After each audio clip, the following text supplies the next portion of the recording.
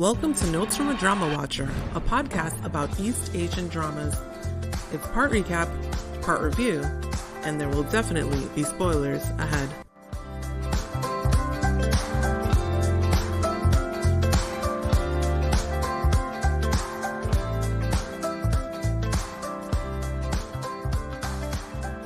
Hi, welcome to episode 42 of Notes from a Drama Watcher. This is your host, M. In today's episode, we're going to talk about Battle of the Writers, Every You, Every Me, and Jack and Joker. So we'll start off with Battle of the Writers because that'll be pretty quick. That one is going to be about the end of the show because it finished. It had 12 episodes total and it was on YouTube. Episode 11 featured wedding of one of the members, Jao Sumut, one of the writers. And then episode 12 was... or was it episode 12? They were kind of wrapping up. 11 and 12 were wrapping up the story. They wrapped up the wedding, as I mentioned. They wrapped up the ancient historical story. And we finally get Shan and Ob-un starting their new life together, so to speak, although they're really living together already. It was pretty well paced up until episode 6. And then once the connection between Shan and Ob-un was finally revealed, then that's when it kind of started to slow down.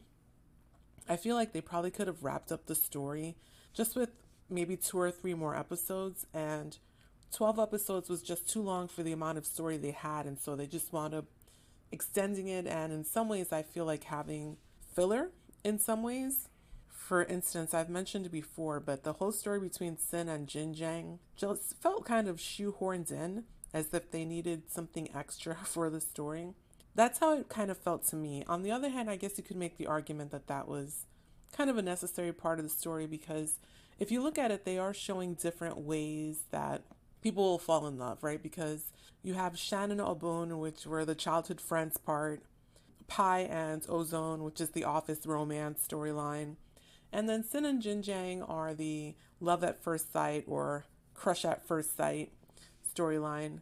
So I guess it makes sense that it's in there. The ancient Chinese historical drama would be the forbidden romance piece, but it was just too much. And because they were trying to cram too much in, Sin and Jinjiang, at least their storylines didn't get the attention it deserved. And so for me, it just wound up not being an important part of the story and could have been left out. Because if you see in the last episode, Jinjiang suddenly shows up out of nowhere to see Sin, and then Sin is just introducing him as his boyfriend. It just seems to, again, be a thing that just comes out of nowhere. Then, as I said in episode 12, Shan and Ob-un finally do get engaged. And Shan takes Ob-un back to the place where they first met. In a certain way, I guess, could be viewed as romantic. But on the other hand, I was like, isn't this where Ob-un had his greatest trauma in his life? That's where he was last with his parents as a full family before they wound up passing away. So I wasn't quite sure about that as a romantic gesture. And he even does reference what happened at one point in that, as part of that scene right before they get engaged. So to me, I understood what they were trying to do, but it still felt like kind of a weird choice to me. But that was Battle of the Writers. If you are a Tudor Yin fan, you would probably like it. I didn't hate the show. It's just not something I would probably rewatch. On the other hand, Every You, Every Me, I really liked episode 1, as I mentioned in my previous podcast. I wasn't sure what was going to happen in the next episodes, but wow, they are not disappointing at all. I feel like they are just getting better and better. In episode 2, we have the story of Perinth, played by Top, and First, played by Mick. And Top's character, Perinth, is actually the CEO of the company. He sort of inherits from his grandmother, or she passes the mantle, so to speak, on to him, and she retires. And unbeknownst to him, she's worried about him. So she kind of spies on him in a way in the office. She pretends to be a housekeeper or something. And so one day she becomes ill, and she is helped by someone who was coming for a job interview, and that is First, the character played by Mick. And she sees that he is a kind young man. He misses the chance at his interview because he's helping her, and she decides she's going to hire him as Parinth's secretary, because Parinth has a hard time holding on to secretaries.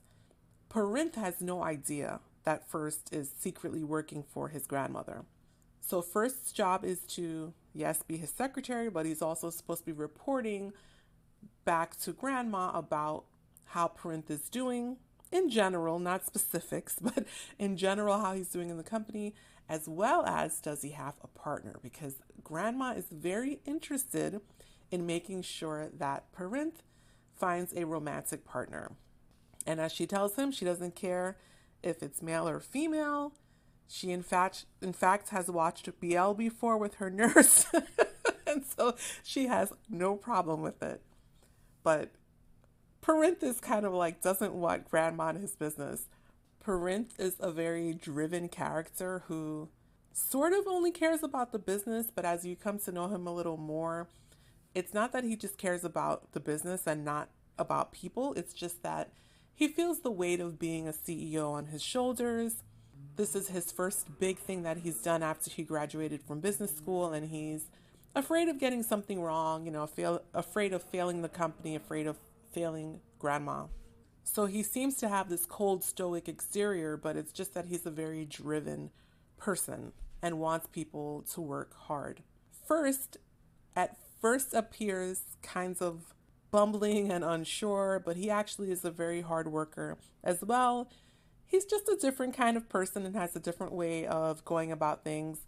And it takes Parinth a little bit to appreciate First's quirkiness and that he does things differently, but that he really does get the job done and understands and tries to understand Parinth. And that is very important to Parinth, that here's this person who really is trying to get him as a person. Just like in episode 1, this story is also one episode, a complete story in one episode. So it moves pretty quickly. Obviously, it's CEO and secretary, so it is an office romance, and actually reminded me a lot of a Korean style office drama style office romance. I really liked it a lot. It told the complete story in one episode. There was no wasted time. You really can't waste time when you only have one episode. Fluffiness was there, just a slight tinge of angst but they have a bit of a misunderstanding, and that finally pushes Parinth to let First know how he feels about him. And the confession scene was very cute. And it's really interesting to see these two actors playing such different characters from the first episode. The first episode, Top was playing Sun, who was this sunny, bright character, and Mick was playing Doll, who was he was at that time like the stoic office worker. And now in episode 2, he's playing this really shy, kind of young, it's his first job character with the stoic CEO. And it's kind of funny to me because even though they look very similar in age, Top and Mick, actually Top is like 6 or 7 years older than Mick.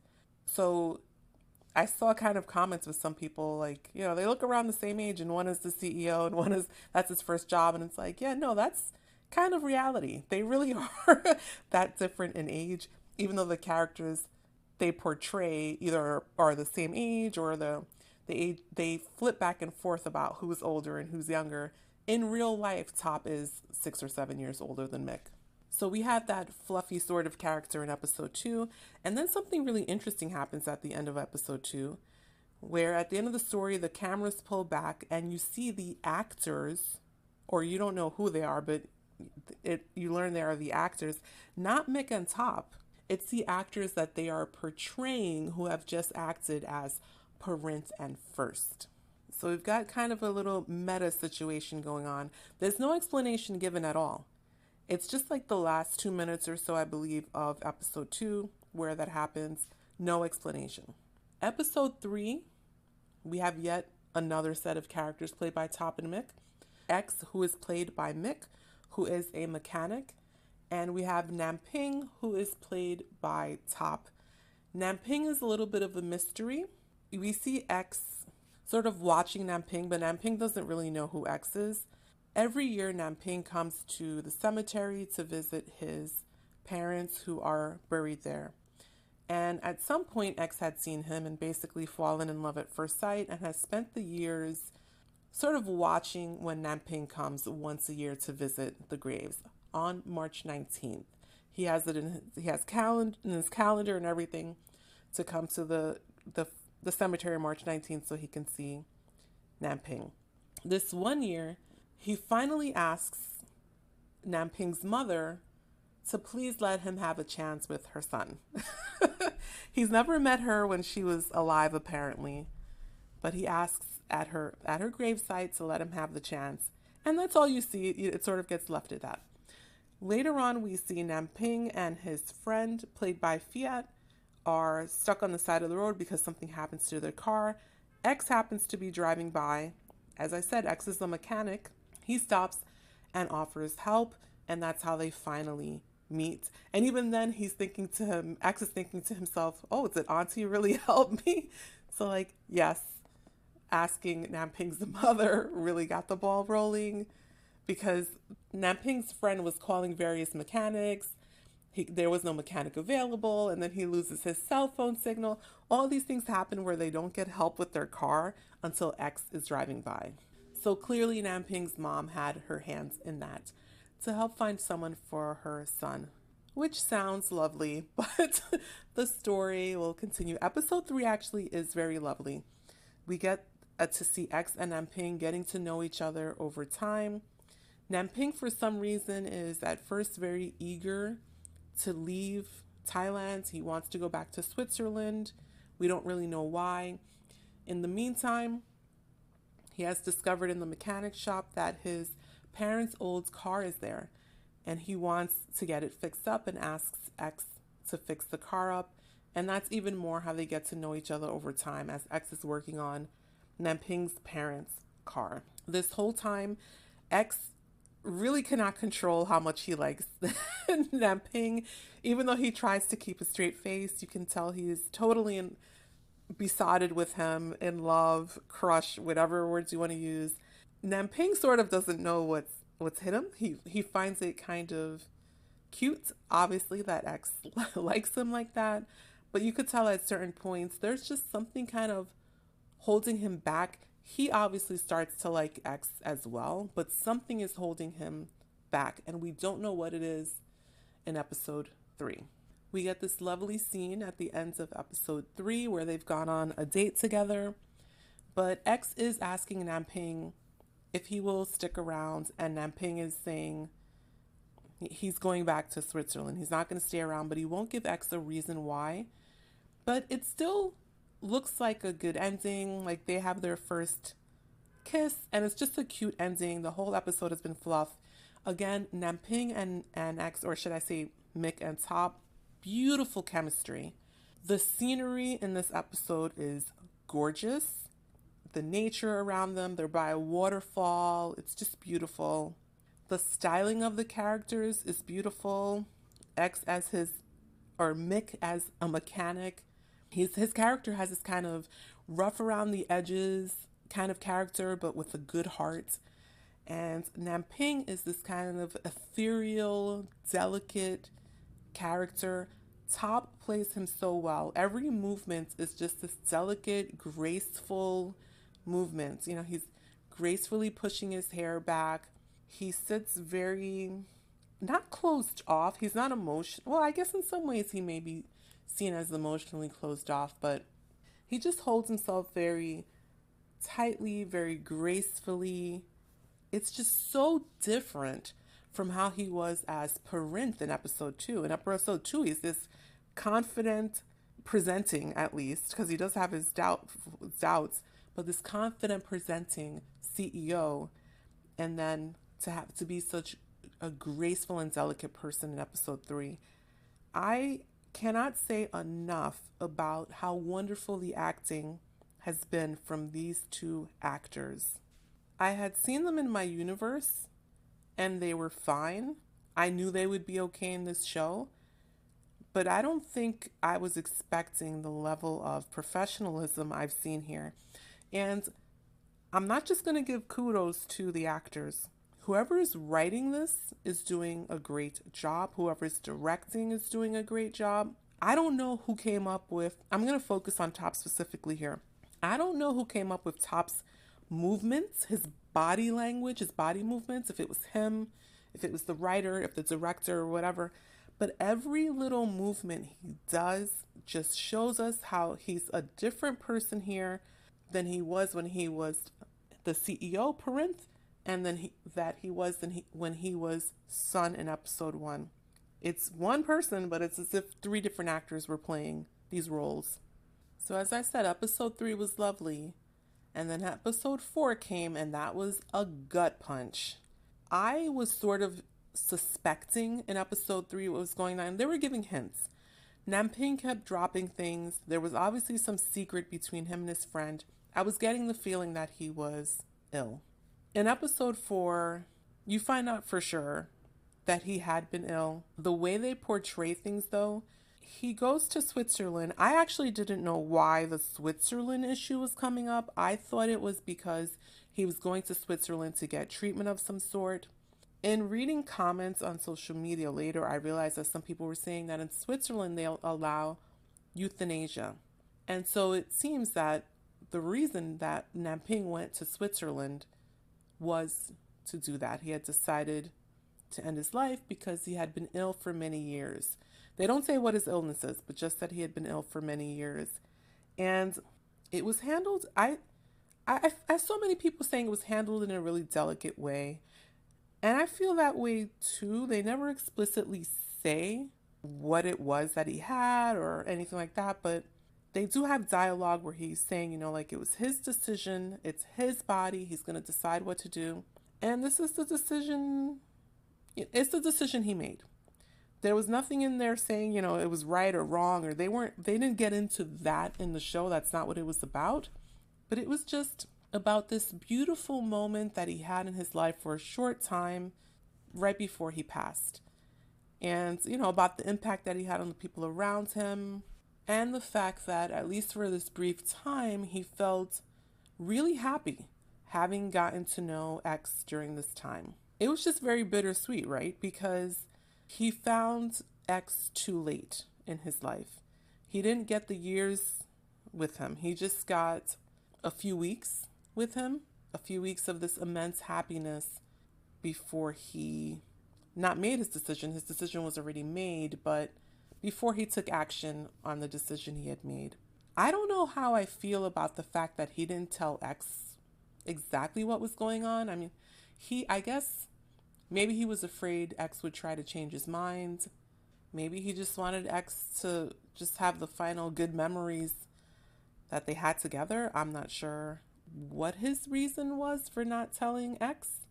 Maybe he just thought it would make X too sad, but X was going to be sad anyway, right? Because he had no idea that Namping was sick. He fixed Namping's car. He goes to meet him on March 19th, a year later, when he knows that normally Namping goes to visit his parents' grave, and that's when X finds out. And the scene where he finds out, oh my goodness, it was so heartbreaking. It was so well acted by Mick. It's just these cries of anguish that he's letting out once he finds out. And I'm going to talk again about the direction of the show. That scene where all of that is going on, there's very little dialogue. Mick comes down. He asks for Namping. Namping's friend doesn't answer. And the reason that X realizes what has happened is the actions that Ton, I think his name was, Fiat's character was taking. He was putting down the foods that X knew Namping liked. And you see the gradual realization showing up on X's face about what has happened.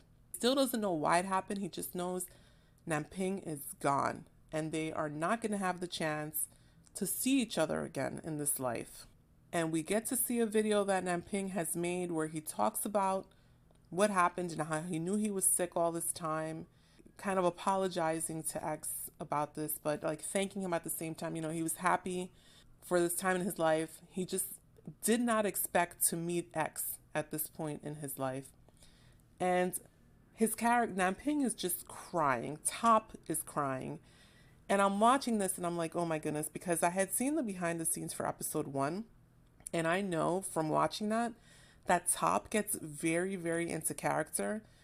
In episode 1, towards the end of the episode where Sun is crying because of the problem with his ex-boyfriend, Top could not stop crying after filming that. So I was just imagining how he must have been when he was filming this part of episode 4. It must have been so tough on him. And as of this recording, I actually just saw the behind the scenes for episode 4, and Mick also had a hard time. And then also, I don't speak Thai, so I couldn't understand what they were saying, but I saw iPon TV is one of the reaction channels on YouTube, and I watch them sometimes. Some of their things are subtitled because they do the auto translate. Sometimes it's working, sometimes it's not. It was not working when I tried to see them reacting to episode 4. I had not watched their previous reactions to the show, but the reason I watched is because I saw Top and Mick were in the thumbnail. So they were reacting with them. And they're all just crying still as they're watching the show. Like, there was not a dry eye anywhere there. And then, after they put us through the emotional ringer, as in episode 2, the camera pans back and we see again the actors. Top and Mick playing the actors. We finally learn Top's character is called Pun. And in that scene, Mick's character, which we don't know his name yet, is asking Pun to be his boyfriend, etc. So we see even as the actors, they also are in love or in crush or whatever you want to say. So that was interesting. At least I left the episode like on a good, fluffy, cute note and not with the emotional damage that had occurred from that episode 4 ending and what happened to Namping. But again, I'm going to talk about Top. His acting again. So, as Pun, the actor, his character still has Namping's hairstyle because it seems that's what they just finished filming. So even though he looks like Namping, this new character, Pun, is completely different. He's not graceful and delicate, etc.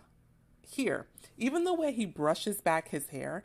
So when Namping was filmed the video for X where he explained that he had been ill, etc., he's brushing back his hair in part of it, and he's still showing that the graceful way that his hands move to brush his hair back, etc. He still keeps it in that video. He brushes his hair back in the end of episode 4 when he's now playing the actor Pun, and even the way he brushes his hair back is very different. So it's just really amazing, the acting that is coming out of this show. I don't know how episode 5 is going to be in terms of the characters.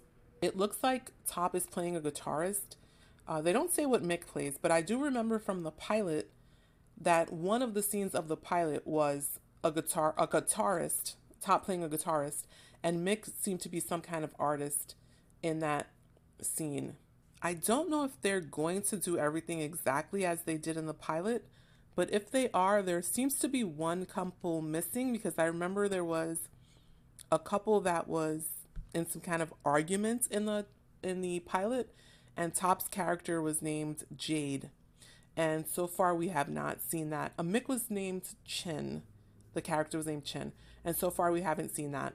I don't know how many episodes this next story, episode 5, is going to be. If it's just going to be the one episode again, or if we'll get 2 episodes like we did with the Namping X storyline. But I am very much looking forward to it, and I'm very much looking forward to finding out what the actor storyline is, where Top is playing that person Pun, like I said.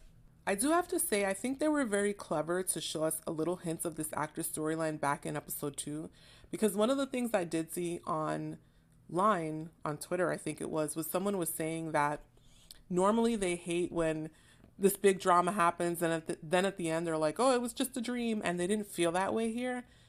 And I think probably the reason they didn't feel that way is because we had already seen a hint of this in episode 2, this actor storyline. So it wasn't something that was completely sprung on us by surprise. So I think it was clever of them to do that. So kudos to everyone on the show, the actors, directors, writers, behind the scene people, etc. Everyone who has helped make this show. I feel like I know a lot of people say things are underrated. I really feel like this show is underrated. It doesn't have, if you've seen My Universe, then you knew Mick and Top, or if you saw La Cuisine, you knew Mick from there. But it doesn't have, I think, like big name actors. And because of that, it's flying under the radar for people, and it's a shame that it is. I hope more and more people watch it because it's a show that's trying to do something different, and I can really appreciate that. For those people who complain that, oh, there's only engineering shows, oh, there's only university shows, this is something different that you can check out. And I am so curious to see what the next few storylines are going to be. Again, it's only 8 episodes, and we've just finished episode 4, so we're halfway through. So I'm curious to see what's next and how they wrap this all up. The next show I'm going to talk about is Jack and Joker, another good show. This year is really ending, well, we still have a couple of months left, but it's ending very strongly as far as the Thai BLs go. So for Jack and Joker, I'm going to talk about episodes 6 through 8. So at the end of episode 5, I don't think I mentioned in the last podcast, Jack actually forgave Joker. Like, he said the words, "I forgive you," and invites him home for dinner. So in episode 6, they're having dinner at the house. Grandma invites Joker to stay with them for a bit. Because first she asks if he's going to go back to his family, and he says he hasn't seen his family in a long time. So she asks if he wants, or actually Jack asks if he wants to stay there. Joker immediately says yes, doesn't even let him finish the question. Because obviously he feels more at home there than he probably ever felt in his own home growing up. Also in this episode, Arun's father finds out from Rosé that Arun had stolen, or they had all stolen the necklace back after he lost it at auction. And she realized that that was Jack. She still has her crush on Jack from several years ago, and convinces Arun's father that she won't tell her father about what happened because she doesn't want to get Jack in trouble. She basically wants Jack. And Boss sees an opportunity and wants to hand Jack to Rosé on a silver platter. That's not really what Jack wants, but the boss doesn't care what Jack wants. In the meanwhile, Jack and Joker are getting closer. Jack is seeing his dream within reach of opening his school that he's wanted to open for the past 5 years. Joke is doing everything he can to support that dream. You know, he's all rah rah, I'm going to help you. And so they start dreaming of what they're going to do to open the school, what they're going to teach, etc. And there's a cute scene in episode 6 where they're talking about it. And Jack takes out a workbook that he had that he used to learn English when he was little. And it turns out to be Joke's book when he was little that he had donated, or his parents had probably donated after he was done with it. So that's this touching moment of where they had a connection way back when they were little. They didn't know each other, right? Because Joke is a little older than Jack. So they weren't in the same grade or something. It's just this connection between them. But as they're talking about words they know in English, Jack is testing Joker about what the word LOVE means, what confess means, and he extracts a promise from Joke that he won't disappear from his life until Jack's dream comes true. And during the scene, they actually touch foreheads in this really sweet moment, and I read afterwards that was not scripted. It's just something they do. So it was very fitting in the moment. You see Jack did kind of a mini confession and then backtracked on it. So I'm not sure how much he's feeling for Joker yet. You can tell he's started feeling things for Joker, but I'm not sure if he can put a name to it himself. Jack in this episode gets to show a lot of growth, actually with the help of Joke. He, like I said, forgave Joke in episode 5, and in episode 6, has the opportunity to speak to his old Taekwondo teacher and clear the air between them. And not just clearing the air between them, but he gets the building that the school was in, and from the Taekwondo teacher with Joke's help, and he's going to use that'll be where his school is. So he's feeling finally that he's free. He's paid off his debt. He's going to stop working for the boss Of course, he doesn't know that the boss has this plan to hand him to Rose. In episodes 7 and 8, we see that Grandma has been poisoned, essentially, and is in the hospital, and that's all part of a plot by the boss so that Jack will need the boss's help again so that he can pay the hospital bills, and he asks to work for the boss again. And the boss doesn't take him on as a regular employee. He tells him he's going to adopt him, and as his son, he should marry Rose.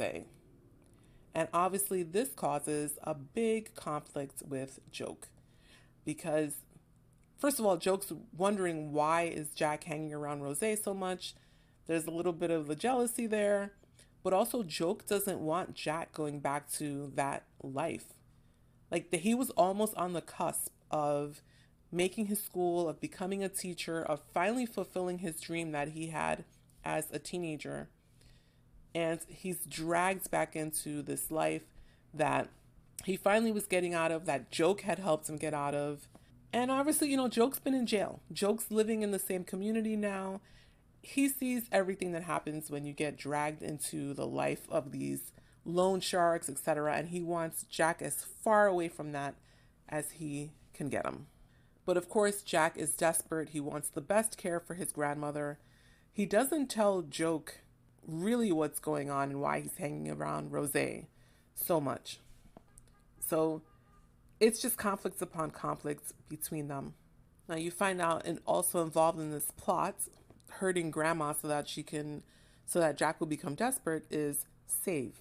I mean, that's terrible. I don't know another word for it's terrible, because first of all, you can't even trust the boss. I don't know why. Well, Save is doing this because he hopes the boss will be nicer to his boyfriend, Hope. That's probably not going to happen. But I can't believe Save, yes, you're concerned about your boyfriend, but this is Grandma. You just hurt this elderly person. We see a scene in the beginning of episode 6 where Grandma's feeding some of the children in the neighborhood. And Save was close to the family. At some point she probably fed him too. So someone fed you at their table when you were hungry, and now you just go around and basically poison them?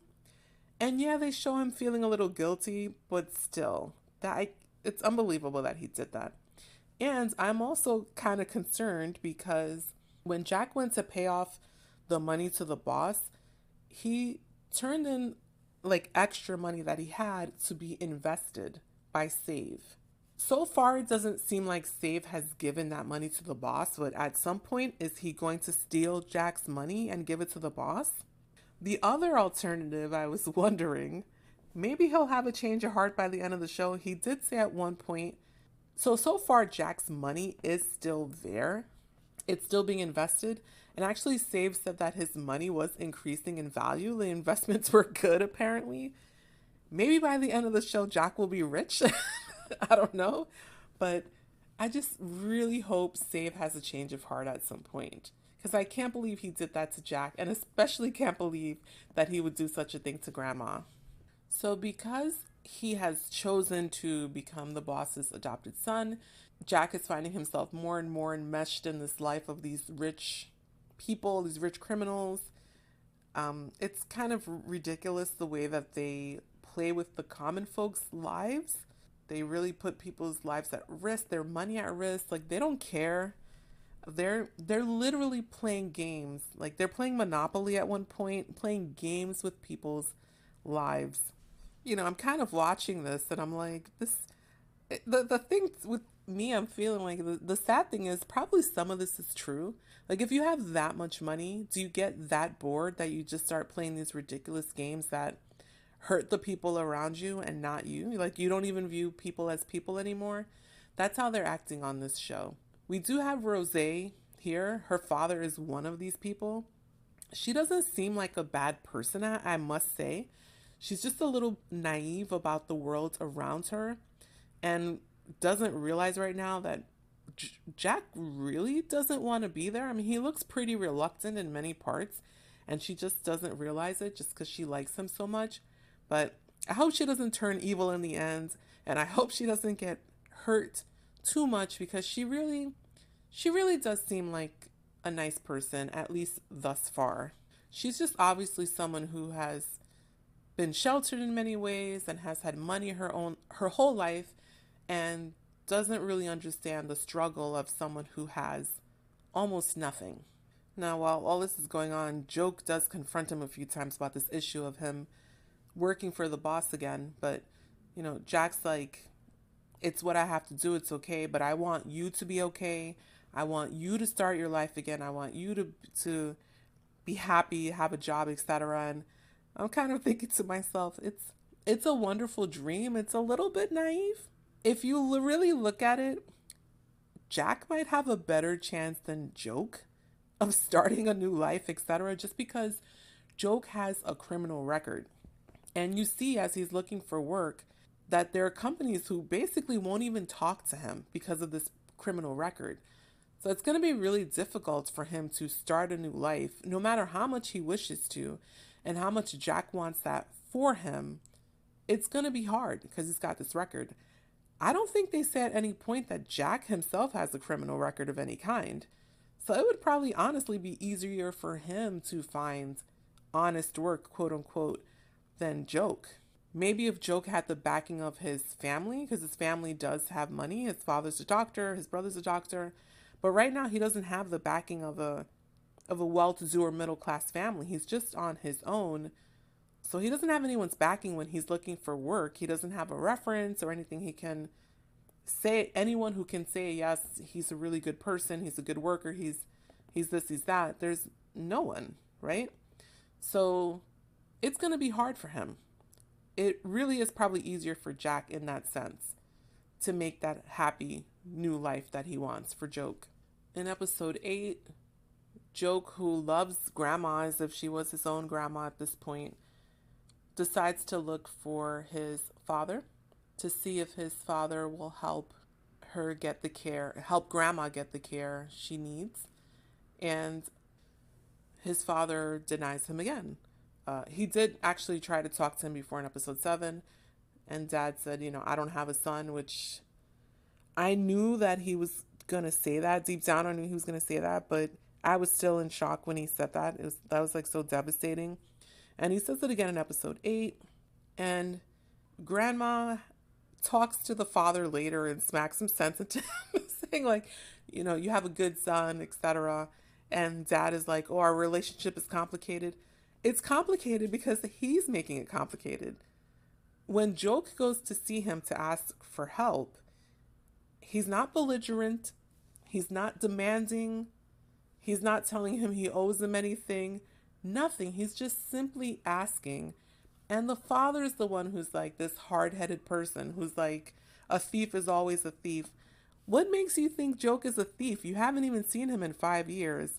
There's nothing indicating that he has stolen anything.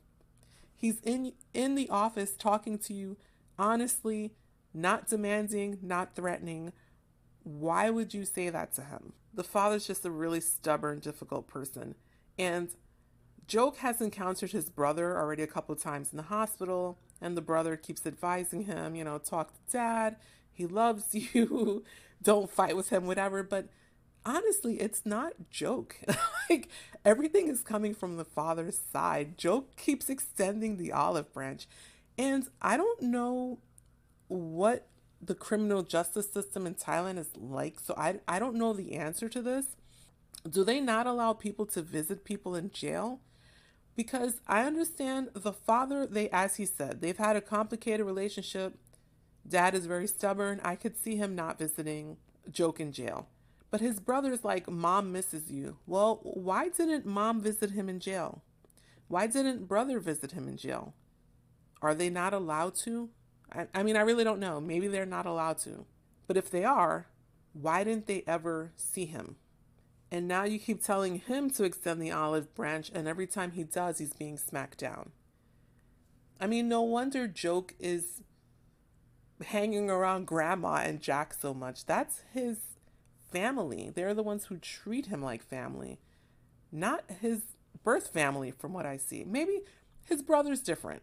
I don't know how old his brother was when Joke went into jail. I don't know if he was technically a minor, but I don't understand why Mom never visited him. I'm very confused about that. Or did they not at some point know how long he was going to be in jail and approximately when he would come out? None of them have tried to see him or find him? I don't know. I'm confused.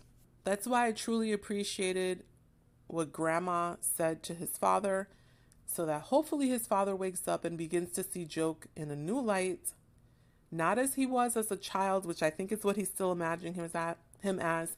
He's a fully grown adult who is making a life, a family for himself. He's around people he cares for. I mean, isn't that what his father would want? For him to show that he is putting others above himself and he's caring about others above himself. That's what he's doing right now.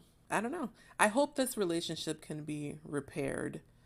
I'm sure it will be. That's why they've introduced the storyline now. But I also want to see what happens. Obviously, it's Jack and Joker. I want to see how that develops. Which one will confess first? What'll happen there as far as romance goes.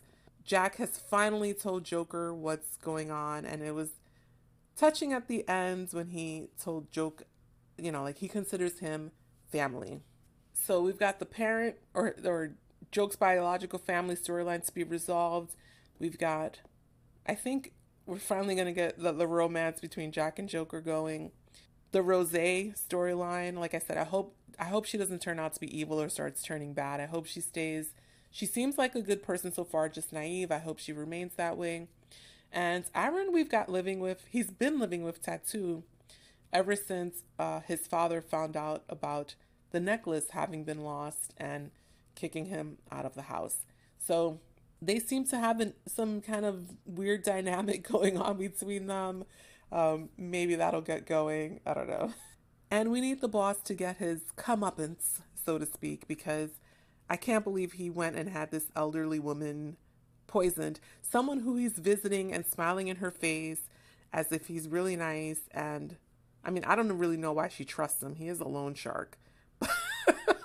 But he needs to get what's due to him. Him and all those other rich people that are playing with people's lives in this episode or in this show. Episode 9 should be pretty exciting. We saw the preview. It looks like Boss somehow is going to get Joke to steal, I don't know if it's a ring, I don't remember what it was, but steal from the Four Horsemen, those are all those rich people playing Monopoly and playing with people's lives. Joke is somehow going to go steal from them, and I guess that's supposed to somehow help Jack get out of the situation he's in. I don't know.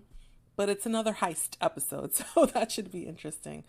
So, Battle of the Writers is done. I might in the next although the show is finishing, but I've also been watching Peaceful Property on sale with Nui and Tae Tawan, and that's actually been really funny. That's been a pretty good show, but I think it's finishing soon, so I'm not sure if I'll get a chance to talk to it in the about it in the podcast. I might just do my overall thoughts of the show because the next podcast might not be coming out for a couple of weeks, at which time the show will probably be finished. But again, if you have not watched Every You, Every Me, do yourself a favor and go watch it. It's over on Gagaula, and actually it's on WeTV as well. And then Jack and Joker, which is on iQIYI. Go check them out.